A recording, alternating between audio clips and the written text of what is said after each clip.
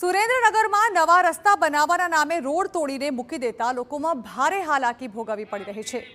Patdi Surendranagar four lane અને પાટડી બજાણા road નવો બનાવવાની કામગીરી ચાલી રહી છે, ત્યારે પાટડી શહેરમાંથી પસાર થતા રોડને તોડીને પડતું મૂકતા સ્થાનિક વેપારીઓ સહિત વાહન ચાલકો મુશ્કેલીમાં મુકાયા છે।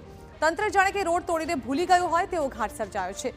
રોડ તૂટેલો હોવાથી ગ્રાહક પણ નથી આવી શકતા, જેથી વેપાર પર પણ માઠી અસર થતા તાત્કાલિક રોડનું સમારકામ થાય તેવી માંગ કરવામાં આવી છે।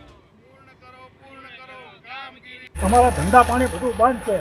હવે આ સ્થિતિ રહી તો અમે આ રોડ ઉપર હવે આંદોલન કરશું જઈને અને રોડ બંધ કરી દઈશું, એટલી અમે પરિસ્થિતિ કંટાળી ગયા છીએ અમે। અને તમે જુઓ કેવી પરિસ્થિતિ અમારી, પણ અમારે શું કરવું હવે? એમને ફોન કરીને કહીએ છીએ કે આજ પૂછશું કાલ પૂછશું, કોઈ આમ ઢોકાવ જ નથી આવતું। કોઈ કામગીરી આગળ વધતી નથી અને તેના કારણે આજુબાજુના રહીશોને ખૂબ મુશ્કેલી પડે છે। ત્યાં આજુબાજુના જે વેપારીઓ છે, ધંધાવાળા છે, એમના પણ રોજગારીને અસર પડી રહી છે। આ સિવાય આ લોકો દ્વારા, આ તંત્ર દ્વારા કોઈ પણ સેફટીના સાધનો ત્યાં મૂકવામાં આવ્યા નથી। કોઈ બેરિકેડ નથી, કોઈ સ્ટોપ કે ડેન્જરના કોઈ નિશાન લગાવેલા નથી। એના કારણે અવારનવાર ત્યાં અકસ્માત થાય છે। થોડા સમય પહેલાં પણ ત્યાં એક રિક્ષાનો અકસ્માત થયેલો।